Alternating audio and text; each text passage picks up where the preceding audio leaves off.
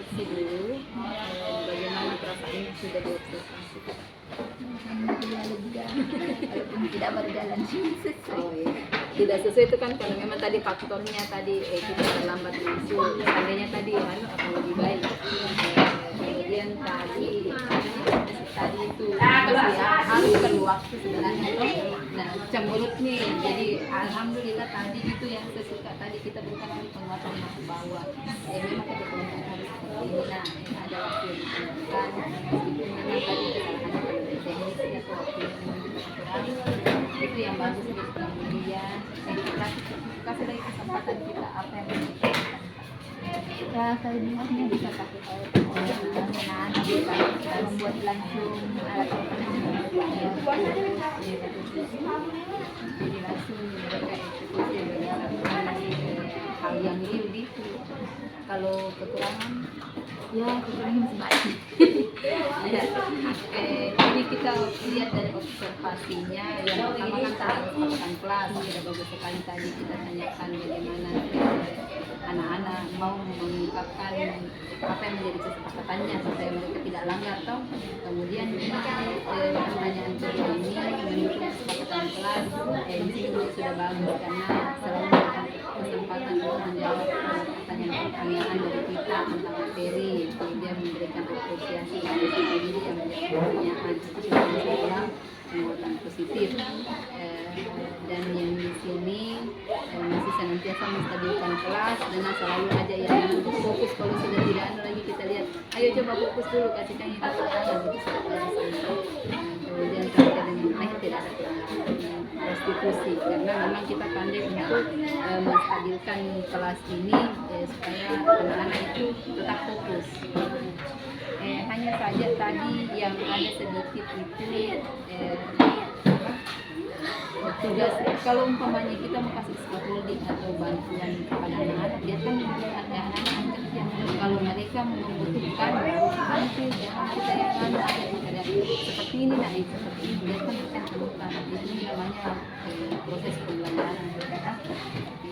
Kemudian bagus juga tadi karena ada di beberapa kelas tidak pasti anak-anaknya semua, kenapa harus dikasih naik supaya ada juga kepercayaan dirinya bahwa saya mau tampil di depan ini presentasikan apa yang sudah saya kerjakan. Baru bagus juga kita tanya mau naik semua atau mau naik, berarti kita melibatkan anak-anak untuk mengambil keputusan. Itu nilai plusnya tadi saya dapat di sini. Kemudian ini yang ada semua itu minusnya di sini asesmen awal. Apa yang disebut asesmen awal atau asesmen dulu namanya diagnostik. Nah, itu supaya pada saat kita sudah sampaikan tujuan pembelajaran harus kita tanya-tanya dulu tentang materinya ini. Kan kalau sekarang ini pasti ada yang di sini sudah tahu tentang materi. Mungkin dia sudah baca gak, atau dia sudah pernah dapatkan gak. Ada juga yang sehingga memang tentang pengetahuannya tentang materi sebenarnya yang satu. Kan saya amati tuh kalau yang sudah agak tinggi yang itu cuman emosinya belum stabil itu saya kemudian kalau sudah begitu tinggi bisa miti bentuk kelompok berdasarkan tingkatan pengetahuan tapi heterogen. Kenapa dibilang heterogen? Kasih kelompokan itu juga yang level-levelnya toh kan ada 4 level sebenarnya, yang sudah tinggi itu dengan rata-rata ditambah dengan yang di bawah supaya dia mereka menjadi tukar sebaya. Nah kemudian ini tidak representatif karena ada yang 4 orang, ada yang 5 sampai 6 karena memang kita mungkin bagi kelompok berdasarkan tempat duduknya yang biasa toh, padahal dalam setiap pembelajaran itu harus selalu dibedakan tempat duduknya supaya mereka juga bisa berinteraksi sama dengan temannya yang lain, jangan itu terus ya. Karena saya kata lagi nih nanti 2 minggu baru tukar kelompok lagi, 2 minggu tukar kelompok. Iya, cocok itu bisa juga seperti itu, tapi supaya tidak bosan dia tapi lebih praktis sebenarnya kalau setiap pembelajaran jika tidak juga harus ada kerja kelompok toh.